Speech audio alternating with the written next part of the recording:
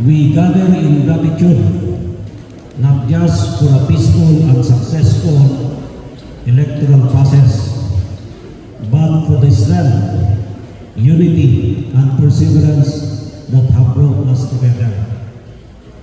In recognition of all your efforts, I extend my utmost and sincere gratitude.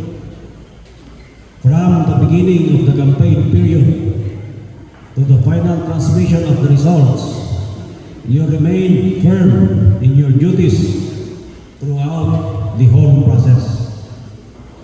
We have been confronted with a lot of challenges. There were moments that tested our patience, our endurance, and our coordination. But true to the resilient spirit of the Cordilleras, we rose to meet those challenges with calm, courage, and collective resolve. In areas where tension was high, your presence reassured the public. Where risk emerged, you responded with professionalism.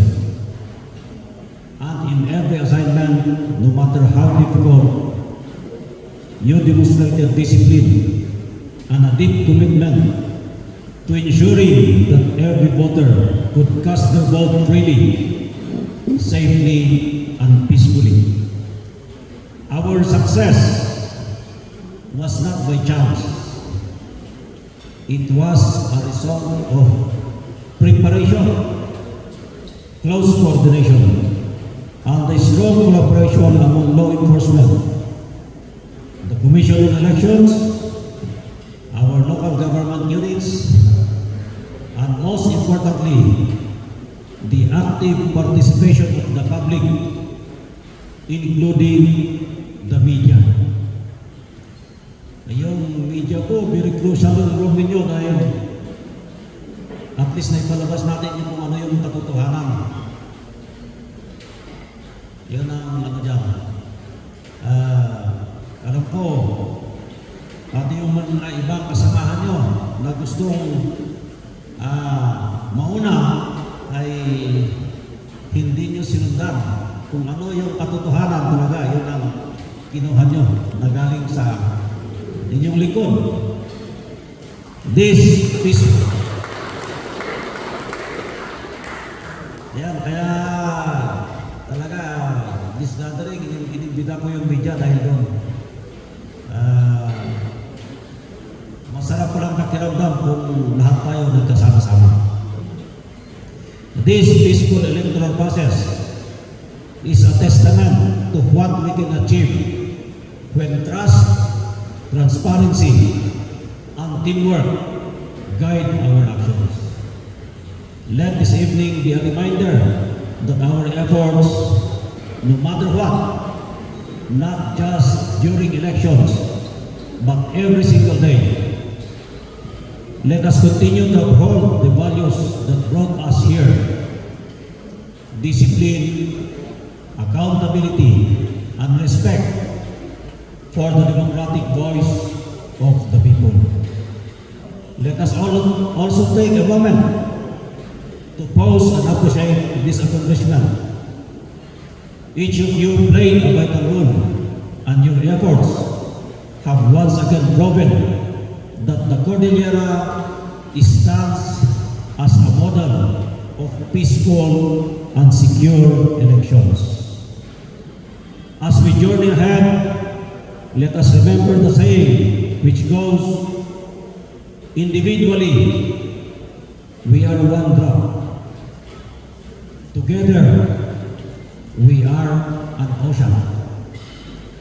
Thank you for your unwavering dedication.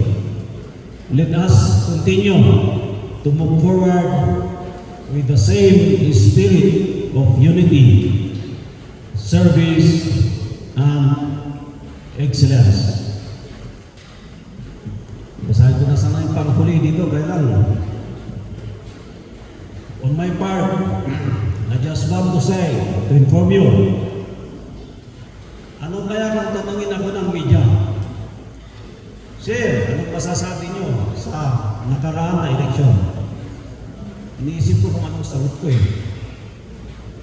At ang isasagot ko, sabi ko, yes, the election in the Cordillera is generally peaceful except in the province of Abra, where we have many challenges.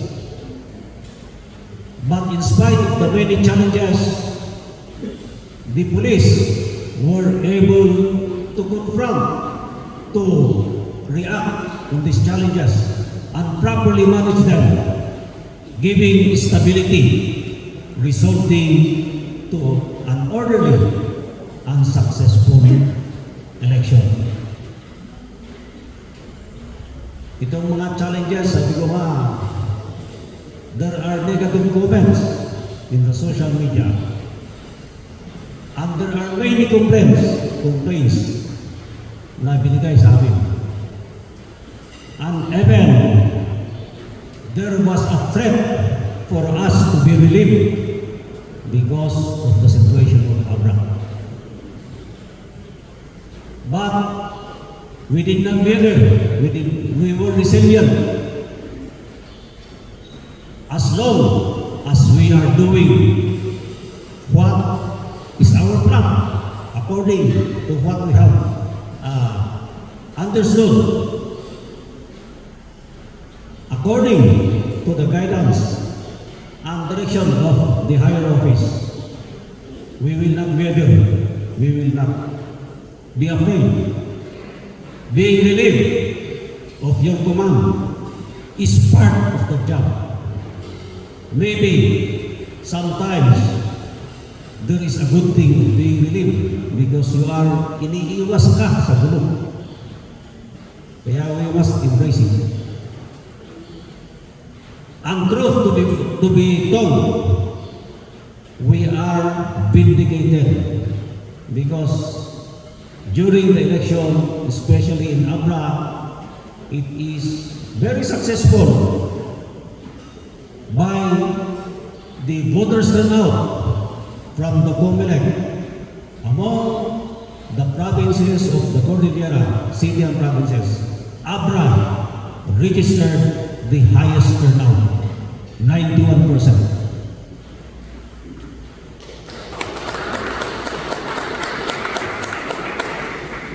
Yung Bagyo, pinakamababa, 76% yata. Kaya minsan may nagtatanong sa mga, bakit kaya naging 76%? Dahil pumunta sila sa Abra kung nagboto. Kaya lang, media ang nagsabi doon, hindi ako.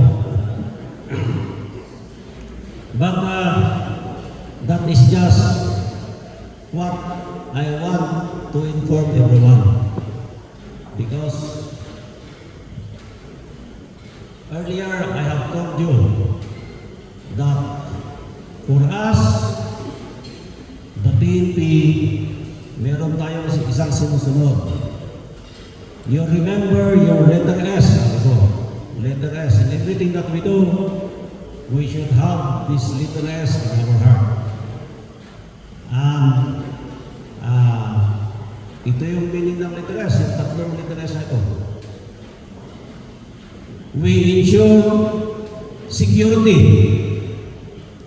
safety, and success of everything that we do. And whatever the result, sabi ko, sundan natin yung palaging sinasabi ni Senator Bato. Unang-una, sabi is, in our actions, we must be super prepared. Super prepared in our actions, in our plans. In our implementation, we must be very super careful. Super careful. Sumunod sa mga guidelines, police operational procedures, standard operating procedures, yan. At iwasan na may mga hindi ka nais-nais na mangyari. And the last one is, we must be super prepared to accept whatever the result of our action. Dahil ganun talaga, we cannot control everything. We can control our actions, but on the actions of others, we cannot control them. So, yan lang masabi ko. So, muli sa ating lahat nandito, maraming salamat sa inyo. Either you are at the front line or at the back, or you are the silent operator. Maraming salamat sa ginawa nyo, naging successful ang ating operations. So, let us raise our glasses of our service unto the enduring peace of our region. To each brave heart who stood the line, to every quiet act of sacrifice behind the scenes, and to the collective triumph in upholding peace and democracy.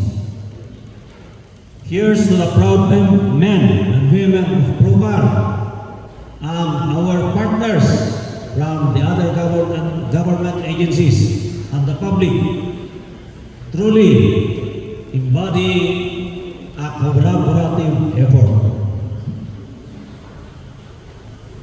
Cheers to the success of our efforts for the election of the Cordillera region.